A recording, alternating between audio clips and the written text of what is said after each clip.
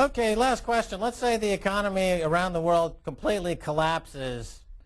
Which economy would peep up its head above the parapet first? I think the system with the greatest resilience remains the one here in the United States, simply because we have some of the institutions that were created for us in the New Deal.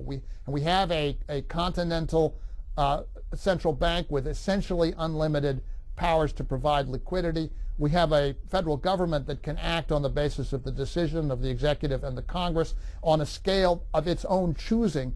If it wants to increase activity by 2, 3, or 5% of GDP, it has the organizational capacity to do so. It can do it, and I don't think that's the case practically anywhere else in the industrialized world. Okay, Mr. Galbraith, thank you so much. Thank you. So what do you think? The one thing that's just finished off on that point about who's going to come out first, I think he's wrong on that point. I think China will come out first. China hasn't yet had the big hit. They've got 20 million people just being laid off in this last end of Chinese New Year. Manufacturing-wise, consumer confidence is going to sort of take a hit for a short while.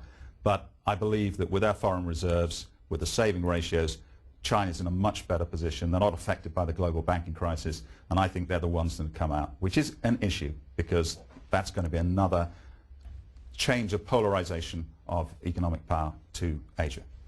America may have the institutions, but they don't have the jobs, and I think that's the problem with emerging from this crisis, because if you take a look at this headline from the Latin American Herald Tribune, General Motors to invest $1 billion in Brazil operations.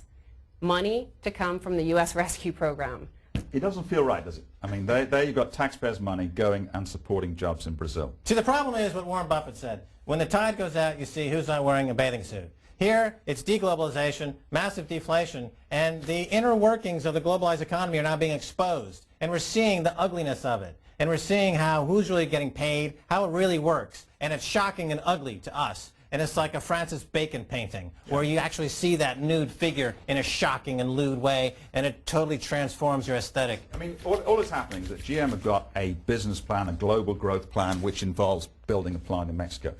That's GM. It's a global company. So they're taking money from the center and saying, I'm still going to execute my plan. The question is, should they have a different plan, given the fact they're now taking state money? You know? Yeah, they're taking money from the center, but what is the center, and who controls the center? Yeah. I mean, it's absurd because the center... It's your money, Max, and other people's money. Of course, GM also argues with the workers in America that this is capitalism, this is free market capitalism, you have to accept this, don't be protectionist, let us move the jobs to where the workers work for less.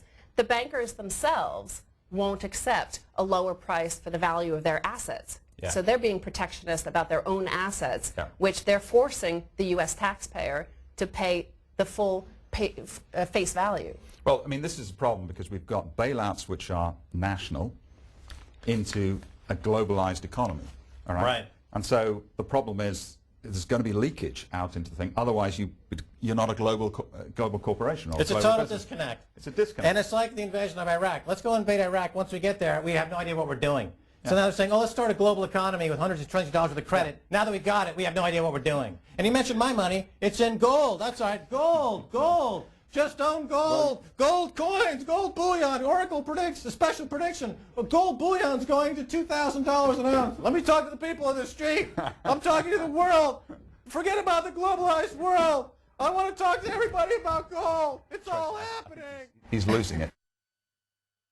This is pure 24-karat chocolate. This is a special. Not only is it gold, but you can eat it. It's a ruble. And that's dual purpose. All right, we need a prediction because all this chit-chat's driving me crazy, and we're going to consult the Oracle.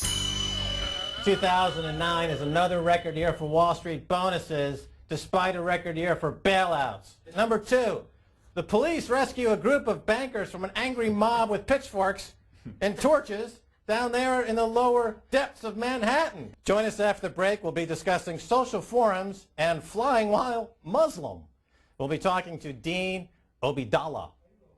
I could throw a shoe, I could duck a shoe, whatever it takes. I'm used to it. I grew up in an Arab household. We'll be back right after the break.